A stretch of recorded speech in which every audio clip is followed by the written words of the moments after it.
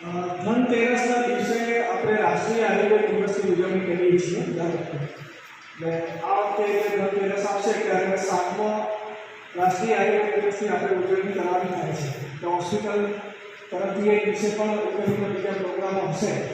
તો રાષ્ટ્રીય આયુર્વેદ દિવસ આવે ત્યાં સુધી આપણે એક લોકોને ઉપયોગી થાય અને આયુર્વેદનો પણ વ્યાપ માટે આપણા રોજિંદા કાર્યોમાં રોજિંદી જીવનશૈલીમાં આપણી જે ભૂલો થતી હોય એ બધી વસ્તુઓને ધ્યાનમાં રાખી આપણું સ્વાસ્થ્ય સુખાકારી રહેવા એ બધી વસ્તુઓને ધ્યાનમાં રાખી અને સમય મળે એ પ્રમાણે અમુક વક્તવ્યોનું આયોજન કરવાનું નક્કી કરવામાં આવ્યું છે. એટલે એ અનુસંધાને ગયા અઠવાડિયે પણ મેં અમુક વિષયો પર વ્યાખ્યાન લીધું હતું અને આજે પણ એક જીવનના આપણા કોઈપણ એક ભાગ પર આયુર્વેદ શું માને છે એના ઉપર આપણે અત્યારે ચર્ચા કરીશું અને એના અનુસંધાનમાં આપણાથી જે પણ ભૂલો થતી હોય એ આપણે સુધારી દેવાની કે આપણે એ તમે રોગોમાંથી થતા મુક્ત થઈએ. એટલે આયુર્વેદ તમે જાણો છો એ પ્રમાણે ત્રિદોષની થિયરી પર આધારિત છે. આપણું શરીર આપણું ચલાવવાવાળા દોષ 3 છે: વાત, પિત્ત અને કફ. એ મુખ્ય આધાર છે. પણ બીજો પણ આપણે જીવનને ટકાવી રાખવા માટે સ્તંભ તરીકેનો ટેકો આપનારા હોય બીજા પણ 3 ઉપસ્તંભો છે. આ 3 સિવાય બીજા પણ જેને આપણે કહીએ છીએ આહાર, નિંદ્રા અને બ્રહ્મચર્ય. આ 3ને પણ જીવન ટકાવી રાખવા માટે બહુ મહત્વનો ભાગ ભજવે છે.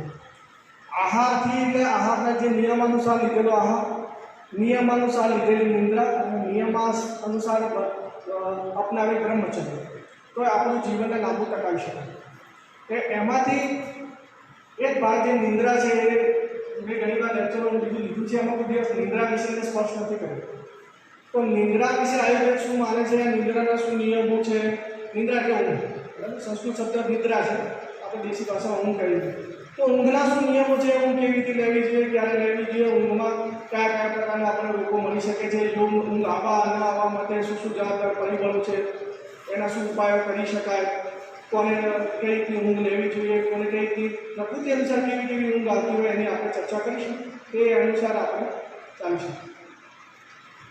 નિદ્રાને આયુર્વેદ જ્યારે માનવે ત્યારે એમ કહે છે કે નિદ્રા એટલે આપણી મન જ્યારે ક્લાંત થાય, આપણી ઇન્દ્રિયો જ્યારે ક્લાંત થાય ત્યારે ઇન્દ્રિયો એના અર્થથી વિમુખ થઈ જાય, ઇન્દ્રિયોનો અર્થ ગ્રહણ કરવાનું બંધ કરે એટલે નિદ્રા આવે.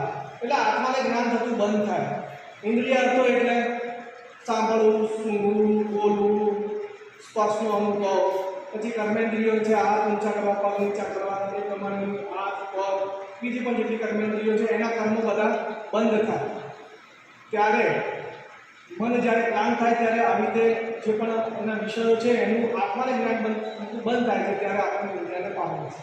આ રીતે નિદ્રાની આખી વસ્તુ ઘટના કરતી હોય છે.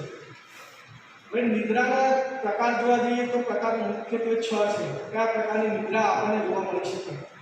એમાં છે એક છે તમોભવા નિદ્રા. તમોભવા એટલે જ્યારે આપણા માનસિક દોષો, જેમ શારીરિક દોષો વાત, પિત્ત, કફ છે એ પ્રમાણે માનસિક દોષો છે સત્વ, રજ અને તમ. જ્યારે આપણા શરીર, આપણા માણસમાં તમ જ્યારે વધે છે ત્યારે પણ આપણને નિદ્રા આપતી હોય છે. બીજી છે શ્લેષમોદ ભવા. શ્લેષમોદ ભવા જ્યારે આપણા શરીરમાં કફ વધે, કફ એટલે ખાંસીની વાત નથી કરતી, કોષે કોષમાં ગમે કફની બીમારી, કફથી દરેક બીમારી થતી, ખાંસી પણ કફથી થતી હોય, હૃદયનો રોગ પણ કફથી થતો હોય, બરાબર? પેટની બીમારીઓ પણ કફથી થતી હોય. કફ એટલે ખાલી એક ખાંસીને ન મારે. એટલે જ્યારે પણ શરીરમાં કફ વધે ત્યારે પણ આપણે નિંદ્રાનો અનુભવ કરતા હોઈએ છીએ. ત્રીજી નિંદ્રા આવે છે મન શરીર શ્રમ પ્રવાહ. એટલે મન અને શરીર જ્યારે થાકે ત્યારે ત્યારે પણ નિદ્રા આવતી હોય છે. જે મજૂર કોઈ દિવસ કામના કરવું પડે ને કોઈ દિવસ વધુ પડતું કામ કરવું પડે તો આપણે જાણીએ છીએ કે ઊંઘ બહુ ઘસાટાને વધુ પડતી આવતી હોય છે, બરાબર? એ પછીની નિદ્રા જે છે એ છે વૈકારિકી નિદ્રા. વૈકારિકી નિદ્રા એટલે એ અરિષ્ટ રૂપે નિદ્રા છે. અરિષ્ટ એટલે એવા લક્ષણો જે આપણું આયુષ્ય બતાવે એ રીતની પણ નિદ્રા આવતી હોય છે. એ આખો અલગ જ વિષય છે. એ મોટાભાગે ડૉક્ટરને સ્પર્શતો વિષય છે એટલે એમાં બહુ ચર્ચા નહીં કરી. હવે એના પછીની જે નિદ્રા છે વ્યાધિ અનુવર્તિની નિદ્રા. એટલે જે કોઈ પણ બીમારી હોય ને એમાં આપણને જે નિદ્રા આપતી હોય, બરાબર, એ નિદ્રા.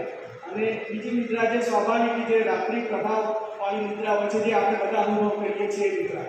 બરાબર, એ રાત્રિના સ્વભાવના કારણે, રાત્રિના પ્રભાવના કારણે થતી હોય. હવે આમ જોવા જઈએ તો પ્રાકૃતિક નિદ્રા એક જ છે, કઈ જે રાત્રે આવતી હોય એ રાત્રિ પ્રભાવથી જે નિદ્રા આવે છે એ જે સ્વાભાવિક નિદ્રા, એ જ આપણા શરીરને પુષ્ટિ આપનારી છે, આપણને સુખ આપનારી છે. આમ તો જોવા જઈએ તો તમે આગળ આપણે ચર્ચા કરીશું, તમને ખ્યાલ આવશે કે સુખ દુઃખ, શરીરનું સમાવસ્થામાં રહેવું, સ્થૂળપણામાં જવું, પતળાપણામાં જવું, ઘણું બધું નિદ્રાને પણ આધીન છે. બીજા પરિબળો જવાબદાર છે, પણ એક નિદ્રા પણ એનો એક પરિબળ છે. એટલે સ્વાભાવિક નિદ્રા છે એ જ સાચી અને વ્યવહારિક નિદ્રા છે.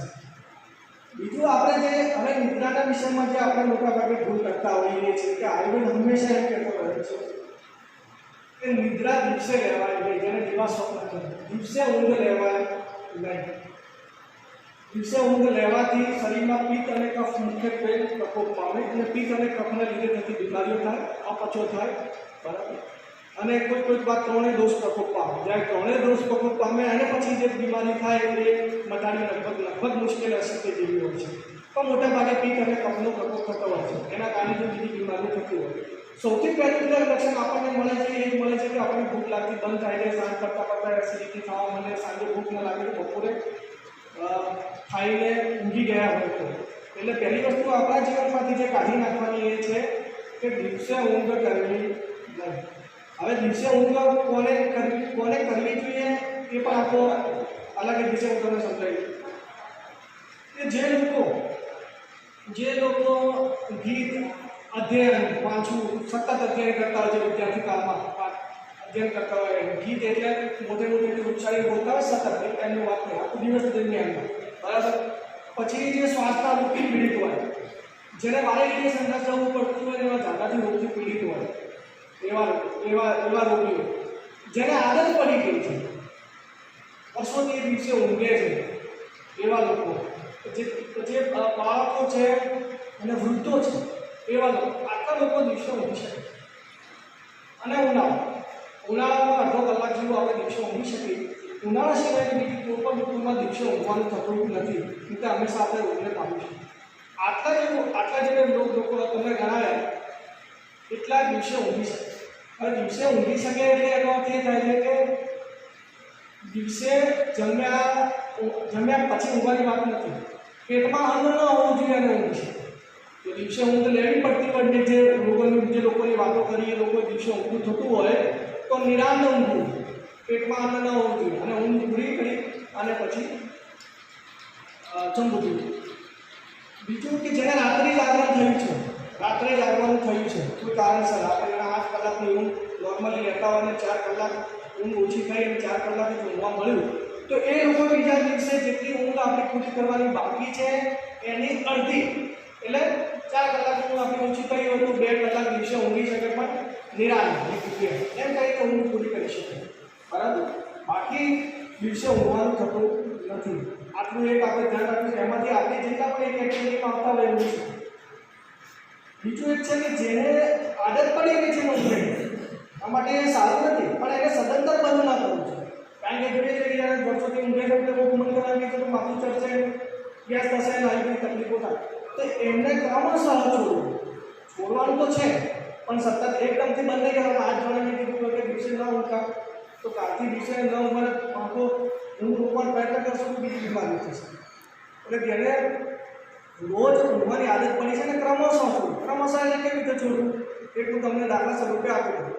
કારણ કે રોજનો કલાક ઊંઘે છે, બરાબર. તો આપણે એવો પ્રયત્ન કરીએ કે અઠવાડિયે ચોથો ભાગ એનો ઓછો કરે ઊંઘા. એ બધી એલાર્મ બુકિંગ કરે કે જે એલાર્મ બુકિંગ કરે ગમે તો કોઈને કંઈ જાય કે મને આટલા વાગે ઉઠાડજો એમ કરીને ધીમે ધીમે કંઈ છોડવું. 1 કલાક ઊંઘતા હોય તો 1 કલાક ઊંઘો, અડધો કલાક ઊંઘો, 15 મિનિટ ઊંઘો, એમ કરીને બંધ કરવાનું થાય છે, બરાબર. બીજું કે હવે આ દિવસે રાત્રિનું જાગરણ તો કોઈ દિવસ શરીર માટે સારું નથી હોતું. રાત્રિના જાગરણથી શરીરમાં રૂચતા, ડ્રાયનેસ વધે, અપચો થાય, બીજા દિવસે આપણને તંત્ર આવે, થાક લાગે, બીજો દિવસ પણ આપણો બને. એવી રીતે મેં જે દિવસે ઊંઘ લેવાનું પણ સારું નથી હોતું. પરંતુ એક જગ્યાએ થોડી છૂટછાટ જેવું છે. છૂટછાટ એટલે એમાં એવું છે કે જો આપણે બેઠા ઝોકા ખાઈએ ને પ્રમાણે ઊંઘ લઈએ તો એ નુકસાન કરતા નથી. નથી, કારણ કે એ સંપૂર્ણ નિદ્રાવસ્થાએ નથી અને સંપૂર્ણ જાગૃત અવસ્થા પણ નથી. એટલે કોઈ કારણસર ક્યાંક એ રીતે નિદ્રા લેવાની થાય છે તો એમાં કોઈ મોટું નુકસાન થવાની સંભાવના નથી, બાકી એ સિવાયનું નુકસાન થાય.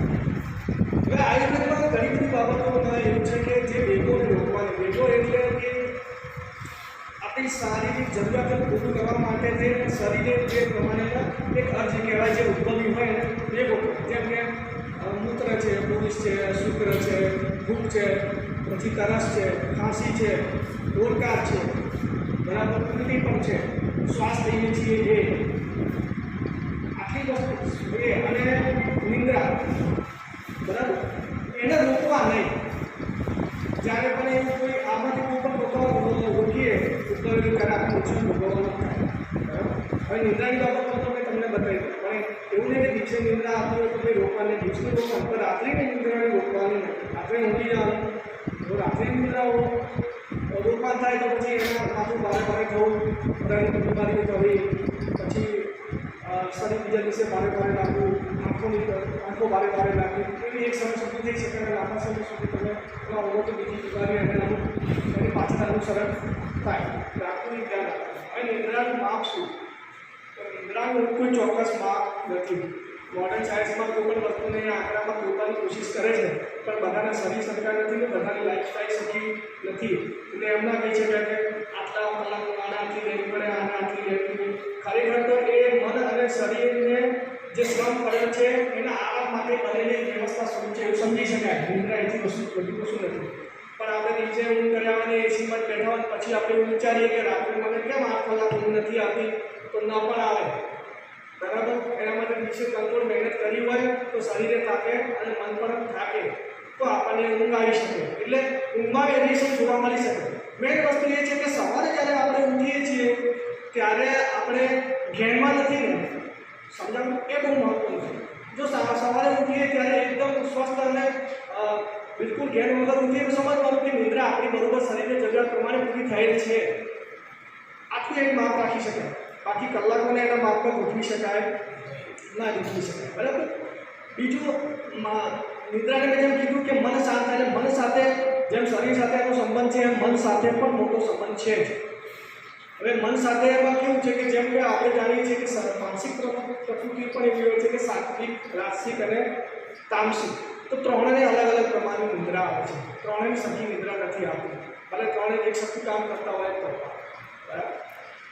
એટલે રાજસિક વાળાને હંમેશા રાજસિક જે મન હોય, રાજસિક મન જે ધરાવતું હોય એને થોડી તૂટક ઊંઘ અને ઓછી ઊંઘ આવી શકે. એ એની જન્મ છે, બરાબર. એ એની પ્રકૃતિ છે. તામસિક વાળો ગમે ત્યારે ઊંઘી જાય, દિવસે ઊંઘે, રાતે ઊંઘે, ઊંઘ કર્યા. અને સાત્વિક વાળો જે છે એ થોડો મોડો ઊંઘે, કોઈ ઊંઘ આવે પણ એની ઊંઘ નથી. આપણે ઊંઘ સારી વ્યવસ્થિત કરે પણ 9, 9:30 વાગે 10 વાગે ન પણ મોડો ઊંઘે, પણ એની ઊંઘ પૂરી થાય. આ તો માનસિક બાબત. હવે કોઈને વધારે ઊંઘ આવતી હોય, કોઈને ઓછી ઊંઘ આવતી હોય તો એના ઉપાયો શું છે? હવે બે વસ્તુ છે. એક તો શારીરિક ઉપર આપણે શું પ્રક્રિયા કરી શકીએ જેનાથી ઊંઘ સારી આવે, એને ઊંઘ ના આવતી હોય. બીજું માનસિક શું પ્રક્રિયા કરી શકાય. તો આપણને ઊંઘ સારી ના આવતી હોય તો કેટલા ઉપાય ઘરે કરી શકાય. એક તો આખા શરીરે માલિશ કરવાનું, તલના તેલનો અભ્યાસ, જેનાથી વાયુ શમન થાય ને આપણને ઊંઘ આવે. રોજ સવારે નાયા પહેલાં કસરત કરતા હોય તો એ પ્રમાણે માલિશ કરી કસરત કરવાની, તો અભ્યાસ કરી એ રોજ કરવાની વસ્તુ છે. એમ ના ઊંઘ આવતી હોય તો એને પણ કહે છે કે નિત્યમ અભ્યાસ વાંચવું, રોજ શરીરે તેલ લગાવવું, તો એનાથી ઊંઘ સારી આવી શકે. પછી વ્યાયામનું સેવન કરવાનું, શરીરમાં થાક લાગશે તો આપણને ઊંઘ સારી આવશે, બરાબર. પછી દિવસે ઊંઘવાનું બંધ કરી દેવાનું, તો આપણી ઊંઘ પૂરી ના થાય તો રાત્રે આપણને ઊંઘ આવી શકે. બીજું, માથામાં ચમકી કરાવવાનું, માથામાં તેલ લગાવવાનું, રાત્રે લગાવવું તો સવારે લગાવવું, એનાથી પણ મેન્ટલ સ્ટ્રેસ ઓછું થાય. પછી બીજું, જમવામાં આપણે ધ્યાન દઈએ તો ભેંસનું દૂધ અને ભેંસનું ઘી એ ઊંઘ લાવનાર છે. જેને પણ પાચન શક્તિ સારી હોય અને ઊંઘ ના આવતી હોય તો એટલે પ્રયોગ કરી શકે. રાત્રે સુવાના અડધો કલાક પહેલાં જુઓ, 1 ગ્લાસ ભેંસનું દૂધ લેવાનું, એમાં થોડી સાકર અને ભેંસનું ઘી આટલું મિક્સ કરી રોજ લેશો ચાલુ કરો તો કમસ ખૂણ બનશે અને ધીરે ધીરે આવશે. એક આ બીજું ઔષધિઓમાં જોવા જઈએ તો લઈ શકાય એવી છે બ્રાહ્મી, લગભગ આ બધા રાખવા એવી ઔષધિ છે. બ્રાહ્મી, સંપુષ્ટિકા, સ્વગંધા અને તગર. બરાબર, આટલી જે અને જટામાં સફળ જટામાં સબૂત મળવી મુશ્કેલ છે. બ્રાહ્મી અશ્વગંધાને સૌથી પુષ્ટિ મળી છે. એ આપણને મનને શાંત કરવામાં પ્રભાવી છે. એટલે મન શાંત થાય તો આપણને ઊંઘ આવે. તો આટલું એનું સેવન જો પાચન શક્તિ સારી હોય તો દૂધ સાથે અને ઘી નાખી રાત્રે કરી શકાય. નહીંતર પાણી સાથે લઈ લેવાનું. રાત્રે સુવાના કલાક પહેલાં લઈ લેવાનું. એટલે ધીરે ધીરે એની ઇફેક્ટ આવે એટલે આપણને ઊંઘ આવી શકે. આટલું એ આમાં એ વસ્તુ નહીં કે માનસિક વસ્તુ. હવે બ્રાહ્મી શંખ પુષ્પિ અશ્વગંધાથી માણસ ઉપર થોડો પ્રભાવ તો પડશે, પણ મન છે એ ભૌતિક વસ્તુ નથી. એટલે ભૌતિકથી દ્રવ્યથી આપણે એનો ઇફેક્ટ લેવા જઈશું તો લાંબી નહીં ચાલે. જેમ આપણે જોઈએ છીએ કે માનસિક રોગની દવા ચાલતી હોય તો એ દવા લાઈફ ટાઈમ ચાલ્યા જ કરે છે. કારણ કે માણસ તો ખરેખર કોઈ ભૌતિક વસ્તુ જ નથી. તો આપણે ભૌતિક દ્રવ્યોથી એને કેવી રીતે ચિંતન કરી શકીએ? તો એને એવી માનસિક લેવલની પ્રક્રિયા કરવી પડે જેમાં આપણે જો શારીરિક પ્રકૃતિની બાબતમાં એવું છે કે કોઈ દિવસ બદલાય નહીં. માણસની વાત કી કરે તો પ્રકૃતિ હોય એ જન્મ્યો ત્યાંથી લઈ જન્મે અને શીખી એવી રીતે. પણ એટલા ઉદાહરણ છે કે માનસિક પ્રવૃત્તિઓ બદલાઈ છે. આવા ઘણા ઉદાહરણ આપણે જોઈએ છીએ કે જેમ મારી દુકાનમાંથી માગણીથી બન્યા તો એ પ્રમાણે જોઈએ છીએ કે માનસિકમાં ફેરફાર આપણે લાવી શકીએ છીએ. એ લાવવા માટે જે પરિબળો જવાબદાર છે એક સદાચારનું પાલન કરવું. બરાબર, તો આપણે એનામાં ફેરફાર લાવી શકીએ. બીજી સારી સંગતિ હોય તો એ લાવી શકીએ. પ્રાણાયામ, એમાં ધ્યાન, યોગ અને એની બધાની આપણે પ્રેક્ટિસ કરીએ તો માનસિક પ્રવૃત્તિઓમાં માનસિક પ્રકૃતિમાં આપણે ફેરફાર લાવી શકીએ. અને એક સદાચારથી એક વસ્તુ સારી થશે કે દિવસ સુધીમાં એવા આપણે બોગસ કામ કરવા નહીં જ કરીએ જે રાત્રે પ્રમાણે જતાં આપણને ચિંતાને દૂર કરાવે, ભય પેદા કરાવે, જેથી કરીને આપણને ઊંઘ ના આવે. બરાબર, શોક અને ચિંતાને ભરે રહેશે તો પણ ઊંઘ નહીં જ આવે. હવે ઊંઘને જો ઊંઘ ખૂબ જ આવે છે, એવું પણ મને ઘણી જ ઊંઘ આવે છે, તો એને થોડા તીખા અને કસાય આપણે કહીએ પૂરા અને કરવા આવા દ્રવ્યોનો પ્રયોગ કરવો જોઈએ. તો શરીરમાં થોડો વાયુ વધશે, તપ વધશે, તમોબળ વધશે તો ઊંઘ બરાબર આવશે. એ સિવાય જે ઉદ્વર્તનો કરવા જોઈએ. ઉદ્વર્તનો એટલે કેવી વસ્તુ હોય કે જેમ કે આપણે ચણાનો લોટ આખા શરીરે નાખવા પહેલાં એનાથી માલિશ કરી જ્યારે ઉદ્વર્તન એનાથી શું થાય કે શરીરમાં રહેલી ચિકાસ જાય એટલે કફ ઓછું થાય તો નિદ્રા ઓછી આવે, નિદ્રા ઓછી થાય એ કારણ.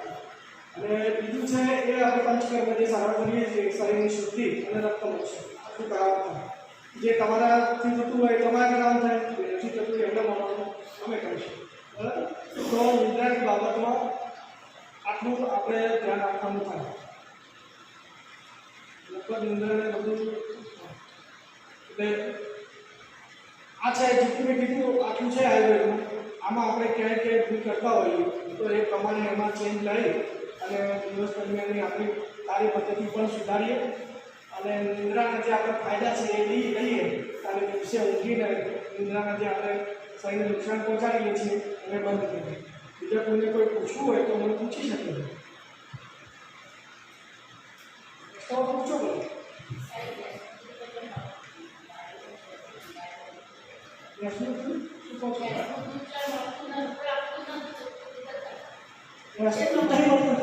ગાયનું દૂધ મળતું તો સમજીએ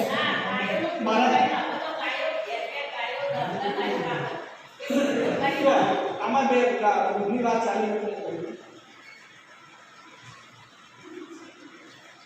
જે ગાયનું દૂધ છે ને એ સત્વ ઉદય કરાવે. એટલે જ્યારે આપણે સ્મૃતિ શક્તિ અને બૌદ્ધિક શક્તિનો વિકાસ કરવો હોય ને મગજની તીક્ષ્ણતાનો વિકાસ કરવો હોય તો દેશી ગાયનું દૂધ અને દેશી ગાયનું ઘી લેવું. બરાબર, ઊંઘ લાગે છે ને એ તામસિક દૂધ છે. એનો વિકાસ કરવો હોય શરીરમાં શરીર વધારવું હોય, ઊંઘ લાગી હોય, તામસિક ભાવ બરાબર. અત્યારે ભેંસનું બને એટલે ભેંસ એવા થઈએ એટલે એ ભેંસ આપણને ભેંસનું દૂધ ભેંસના ગુણો ભેંસના દૂધમાં હોય એટલે ભેંસ એવા આપણને કરે. ગાય જેવા ગુણો હોય એટલે ગાય જેવા આપણે દઈએ એકદમ એલર્ટ રહેવા. હવે બીજી આવી વાત છે કે શંકર ગાય. બરાબર, હવે લગભગ શંકર ગાય છે. હું તો બધા જેટલા આપણે આવે છે અને જે પણ ખેડૂત મિત્રો છે એને કહું છું કમસે કમ એક દેશી ગાય બીજાના માટે નહીં તો પોતાના માટે તો વસાવવી જ જોઈએ. કમસે કમ પોતાના છોકરા તો ગાયનું દેશી ગાયનું ખવડાવો. કારણ કે જે શંકર ગાય છે ને એની બાબતમાં એક એવું રિસર્ચ થયેલું છે અમેરિકામાં, મેં આથી જ્યારે મળતો ત્યારે વાંચ્યું કે કાર્સિનોજેનિક એમાં તત્વ છે, એટલે કેન્સર કરનારું તત્વ એમાં છે. એટલે એના એને બધાને થશે એવું જરૂર નથી. આમ તો કેન્સર કરનારા ઘણા તત્વો છે જે આપણે જીવન દરમિયાનમાં વાપરતા હોય છે, તો બધાને કેન્સર થતું નથી. કોઈની લાઈફસ્ટાઈલ સારી હોય અને રોગ પ્રતિકારક શક્તિ સારું હોય તો કેન્સર ન પણ થાય. બરાબર, આવા દાખલા જોઈએ છીએ એમને કેન્સર થાય છે એટલું નથી થતું, બંને બીડી ફૂટતા હોય તો હોય.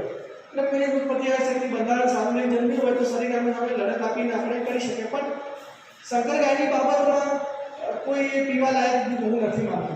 બરાબર, હવે રહી ભેંસની દૂધ, તો ભેંસ તો મને નથી લાગતું કે કોઈ ભેંસમાં સંકરણ ચાલુ થયું હોય. ભેંસમાં લગભગ આપણા દેશી કંઈ એક રાજ્યનું બીજા રાજ્યનું હશે, બીજ પણ હશે તો આપણું અહીંનું ભારતનું. બરાબર, પણ ભેંસનું દૂધ તો ગામડામાં તો મળી જાય છે. એકદમ અહીં વડગામમાં માટે એ બાબતમાં શાંતિ છે કે ગાયનું દૂધ તો ગાયનું દૂધ મળી જાય, આપી જાય તો દૂધ બને, ભેંસનું દૂધ આપી જાય. હવે સિટી લેવલની વાત છે તો એમાં પ્રશ્નો થઈ શકે કે આપણે થેલીનું દૂધ લેતા હોઈએ, આમાં કેવું હશે એવું ના જાણે, એમાંથી ટીકા નથી કરતું. પણ એટલું કરી શકાય કે જો કોઈ હાથમાં આવતો હોય ને દૂધ તો એને તબેલા પર જઈને ચેક કરી લે. હું તો ગયો હતો, મારે ગાયનું દૂધ ઘરે બંધાવવાનું થયું તો હું ત્યાં તબેલા પર ગયો, એ જોઈ કે ત્યાં એક શંકર ગાય નથી, બધી દેશી ગાય છે. એટલું માની લીધું કે પૂછા વ્યક્તિઓ હશે તો શંકર ગાય તો નહીં આવે. બરાબર, એ તો બહુ વિશ્વાસુ માણસ છે. જ્યારે ભેંસની જરૂર પડે ત્યારે કહીએ છીએ કે કિલો ભેંસનું લેતા હતો, પણ ખાતરી કરી લે. બીજું તો આમાં કોઈ ઉપાય છે નહીં. કોઈ આપણે ઘરે આપવા આવતો હોય તો જઈ ખાતરી કરી લે તું આપો.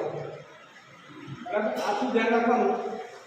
અને બીજું કોઈ હજુ પૂછવું હોય બાકી તો કોઈ આપણે ભેંસનું દૂધ તો કેવી રીતે સપ્લાય કરી શકીએ. બરાબર, એ તો આપણે પરિબળો શોધવા પડશે. જો હવે કોલેસ્ટ્રોલની બાબતો, ભેંસના દૂધના કોલેસ્ટ્રોલ રાખે. હવે કોલેસ્ટ્રોલની બાબતમાં હું થોડું આયુર્વેદનું સમજણ આપું, વાત ચાલી છે. સીધી રીતે કોલેસ્ટ્રોલ એવું કોઈ આયુર્વેદમાં વર્ણન નથી, કારણ કે એ તો હવે લેબોરેટરી પેરામીટરથી કાઢેલી વસ્તુ છે.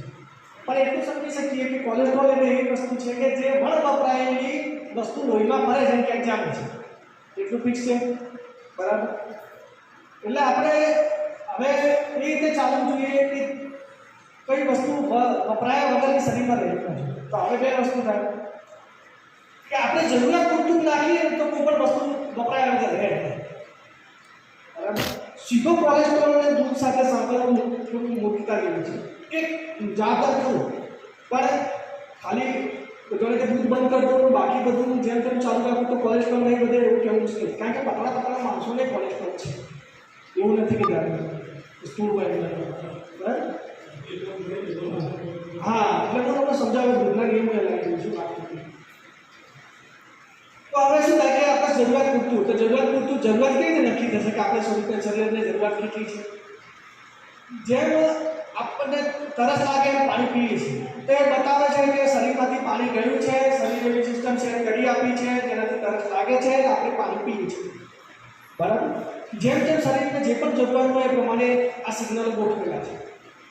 તો એનો મતલબ એ થાય કે જ્યારે પણ શરીરમાં પાણી ઘટશે, હું બોલી રહ્યો છું, મારું મોઢું સુકાઈ રહ્યું છે અને શરીરમાં સિગ્નલ આપી રહ્યું તો મારે પાણી પીવું જોઈએ. પણ આ તો એક પ્રસંગ છે એટલે અત્યારે એને રોકીએ છીએ, આવું પણ ન થતું.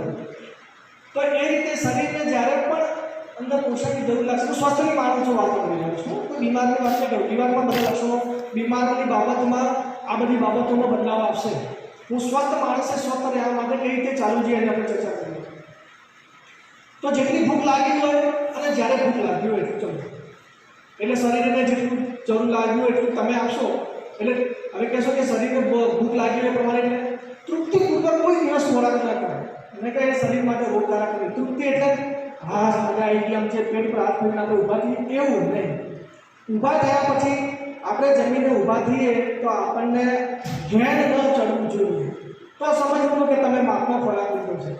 જો તમે ઘેર ચડતું હોય કે ઊંઘ આવે તો સમજવાનું કે તમે મોહમાં આવી ઇન્દ્રિયોને વશ થઈ, જીવા ઇન્દ્રિયોને વશ થઈ, રસનેન્દ્રિયને વશ થઈને તમે લાડુ બે વધારે લઈ લીધા છે. બરાબર, તો હવે તમને જરૂર નથી, તમને નાખી દીધું. હવે માની લો કે તમારી પાચન શક્તિ સારી પણ છે તો સાંજે ભૂખ લગાડશે, નહીં તો ભૂખ નહીં લગાડે. બરાબર, હવે દિવસ દરમિયાનમાં તમે કોઈ એવું શારીરિક શ્રમ કે એવું કંઈ કરતા નથી તો એની ડિમાન્ડ આપણા કોષોમાં નથી. એ લોહીમાં તો પરિભ્રમણમાં પહોંચી ગયું પણ કોષોમાં નથી, તો એને વાપરશે નહીં. કોષોમાં ગયા પછી પણ એને વાપરવા માટે એના આખા અંતઃસ્રાવ છે, આખી સિસ્ટમ છે, બરાબર? એ રીતે ચાલે. હવે એ ફર્યા કરશે, એટલે ક્યાંક ને ક્યાંક જમા થશે, બરાબર? એ હવે મેં પરિભ્રમણ જે એક જગ્યાએથી બીજી જગ્યાએ આપણે જે ખાધું હોય લઈ જવાવાળું મોટા ભાગે જે તંત્ર છે એ છે રુધિરાભિષેક તંત્ર, લોહીમાં, કારણ કે એ જ પ્રવાહી ધાતુ છે જે બધે પહોંચે, તો એમાં ફર્યા કરશે. હવે શરીરને જરૂર નથી એટલે વપરાશે નહીં, તો એ ક્યાંક ને ક્યાંક જમા થશે. જેમ કે આપણે જોઈએ છીએ કે આપણે વા અને દેશી ભાષામાં ભજીયો વા અને ગઠિયો વા કહેતા હોઈએ છીએ, એ શું છે? એ વણ વપરાયેલી વસ્તુઓનો સાંધામાં જમા છે આયુર્વેદના હિસાબે, જે સાંધામાં સોજા આવે છે, એટલે આપણે આપણી પાચન શક્તિ કરતાં વધારે ખાધું છે તો એ જમા થશે. એ રીતે કોઈ પણ વસ્તુ જે પાચન શક્તિ કરતાં વધારે રહી હશે તો એ ક્યાંક ને ક્યાંક જમા થશે, ને એવી રીતે હૃદયમાં જમા થશે, હૃદયની નળીઓમાં જમા થશે, બીજે પણ જમા થશે, પણ બીજી નળીઓ બહુ મોટી છે એટલે એમાં આપણને બહુ ફરક ના પડે. હૃદયને લોહી આપણે નળીઓ છે એવી પકડી છે ને ત્યાં એન્ડ થાય છે, બરાબર? એટલે ત્યાં એક ધીરે ધીરે કંઈ જમા થાય. તો 50% બ્લોક થશે તો તમને કોઈ એવા લક્ષણો નહીં આવે. 80-90% જાય ત્યારે છાતીના દુખાવા ઉપડે છે, ભાઈ કરાવીએ તો 90% 100% મળે છે. તો 20-30% ને એમાં આપણને લક્ષણો મળતા નથી, આપણે એનું ચાલુ રાખીએ. એટલે કોઈ પણ ખોરાકની બાબતમાં આવું છે. હવે વાત રહી દૂધની બાબતમાં, તો દૂધના નિયમોનું એ પ્રમાણે છે કે જે મુખ્ય જે મેં કીધું એ તો છે કે આપણને ભૂખ હોય એ પ્રમાણે ચલો. હવે દૂધની બાબતમાં એવું છે કે જો આપણી પાચન શક્તિ સારી ન હોય, આપણને ભૂખ ન લાગતી હોય તો દૂધ લેવાય નહીં, કારણ કે દૂધ એટલે પાણી ન સમજવું, દૂધ પણ આ છે, એને પચાવવા માટે પણ શરીરને સમય લાગે. હવે મોટાભાગે આપણે શું ભૂલ કરતા હોય, હું ખેડૂતો જે મહેનતો કરતા હોય એની વાત નથી કરતો, શ્રમ કરનાર માણસને બધું પચી જાય, બરાબર? એને બહુ દોષ થાય નહીં, પણ આપણે જેમ બહુ ઓછું દૂધ વ્યાયામ કરતા હોય એને મોટાભાગે બેસવાનું, ઓફિસમાં બેસવાનું કામ કરતા હોય અથવા જે નિવૃત્ત થઈ ગયા હોય એમની માટે હું વાત કરું છું કે સાંજે આપણે શું ભૂલ કરતા હોય, સાંજે જમવાનું જમી લઈએ ટાઈમે ટાઈમ, પાછું કલાક ને 2 કલાકની પાછું સૂતી વખતે દૂધ પીએ, એટલે એ તો બધું સાંજે ખાધું હોય જમવાનું પચાવવાનું બાકી અને ઉપરથી આપણે નાખ્યું દૂધ, એટલે આપણે આવા પચાવમાં ખોરાક તો કહેવાય.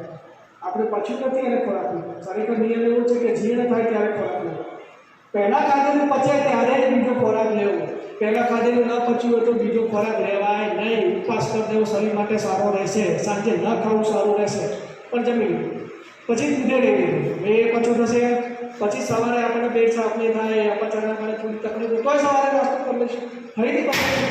એટલે આ સતત આમ ચાલ્યા કરશે 5, 7, 8 અઠવાડિયા, મહિના, વર્ષો પછી શું થાય? શરીરમાં આંતરડામાં ચિકાસ આવવાનું સ્ટાર્ટ થાય. સવારે સંડાસ જાઓ ને એમાં મ્યુકસ આવે, ચિકાસ, પેટ ભારે લાગે. 2-3 વાર સવાર સંડાસ જાઓ તો પેટ સાફ થાય, સંડાસ ગયા હોય તો એવું લાગે કે પેટ સાફ નથી થતું, કારણ કે આંતરડામાં સોજા છે. અને આ જ વસ્તુ હું આંતરડામાં ચિકાસની વાત કરું એવી રીતે બ્લોકેજમાં પાઈ ગયું. એટલે પહેલી વસ્તુ છે કે આપણે ઉંમરને ધ્યાનમાં રાખીને ચાલવું, અને મેં કીધું એ પ્રમાણે દૂધને આ રીતે સેવન કરવું. માનો કે પાચન શક્તિ સારી છે, દિવસે શ્રમ નથી કરતા, તો હું તો એવું માનું છું કે સવારે દૂધ લેવું છે. આ લોકોમાં 2 મત છે કે એ અમુક વૈદ્યો એવા કહેવાવાળા છે. ચોપડાની વાત કરું, મારે જે વૈદ્યની વાત નહીં કરતી, હું જે વાત કરી રહ્યો ચોપડાની વાતો કરી રહ્યો છું, જે ઋષિઓને લખી ગયા એ કે રાત્રે દૂધ લેવું, અને અમુક કહેવું કે રાત્રે દૂધ ના લેવું, સવારે લેવું. એમાં તો જે સવારે દૂધ લેવું જે કહે છે એમાં હું માનવાનું છું કે મેં જોયું છે કે રાત્રે દૂધ લેવાવાળાને ઘણી મોટી ભલે તકલીફ હોય છે. મેં એક પ્રશ્ન પૂછ્યું કે દૂધ પીઓ છે કે આ સર રાત્રે પીટીઓ બંધ કરાવો સારું થઈ જાય.